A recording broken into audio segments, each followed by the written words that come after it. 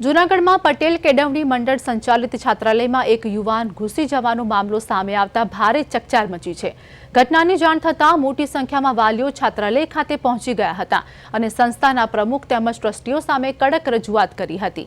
વાલીઓએ છાત્રાલયની સિક્યોરિટી અને સલામતી મુદ્દે ગંભીર સવાલો ઉઠાવ્યા હતા અને જણાવ્યું હતું કે સંસ્થાની જવાબદારી બને છે કે કોઈ આવારા તત્વો છાત્રાલયમાં પ્રવેશ ન કરે। આ દરમિયાન સંસ્થાના એમડી કાંતિભાઈ ફળદુના અભદ્ર વાણી વર્તનને લઈને પણ વાલીઓમાં ભારે રોષ જોવા મળ્યો હતો। બાદમાં સંસ્થાના ટ્રસ્ટી અને પ્રમુખ દ્વારા વાલીઓને સમજાવી આવનારી વાલી મીટિંગમાં તમામ પ્રશ્નોનો યોગ્ય નિરાકરણ લાવવાની પણ ખાતરી આપવામાં આવી હતી। હાલ વાલીઓએ તમામ કાર્યવાહી મુલતવી રાખી છે, પરંતુ જો વાલી મીટિંગમાં યોગ્ય ઉકેલ નહીં આવે તો ફરી કાર્યવાહી કરવાની ચીમકી ઉચ્ચારવામાં આવી છે।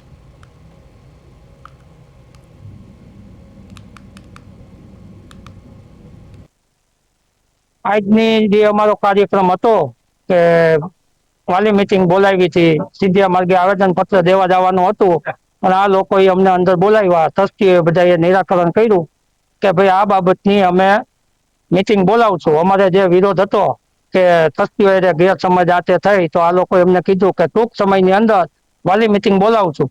જો વાલી મીટિંગમાં એ બોલાવશે અને અમારો નિર્ણય નહીં આવે એમાં, તો અમે આગળની કાર્યવાહીમાં અત્યારે અમે વાલી મીટિંગમાં આવેલા બધા ને અમે જે કઈ આવેદન પત્ર આપવાનું તો આપી દીધું છે। એ લોકોએ બાંયધરી લીધી છે કે તમને વાલી મીટિંગ અમે બધાને આપશું એક સાથે, અને અત્યારે અમે લોકોએ સ્થગિત કરી દીધું છે અને નહીં થાય એ પ્રશ્ન અમારો સોલ્વ તો અમે આગળની કાર્યવાહી ચાલુ રાખશું અને મોટા પાયે આંદોલન। આજરોજ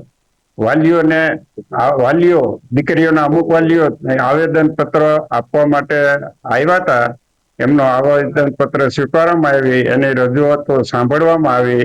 એની રજૂઆતો સાંભળતા અમે કીધું કે જ્યારે જરૂરિયાત પડે આવતા 24 તારીખ સુધીમાં વાલીઓની મીટિંગ બોલાવવામાં આવશે, વાલીઓ સાથે સંવાદ કરવામાં આવશે અને અમે કઈ એની રજૂઆત ને અમારી રજૂઆત બેયની રજૂઆત પરસ્પરની રજૂઆત એકબીજા સમજી ગયા છે। આજે અમારી સંસ્થા અમારી નાતીની અમારી દીકરીઓની સંસ્થા છે, એટલે હવે આ બાબત સુખદ અંત આવી ગયો છે। હવે આ મેટર કોઈ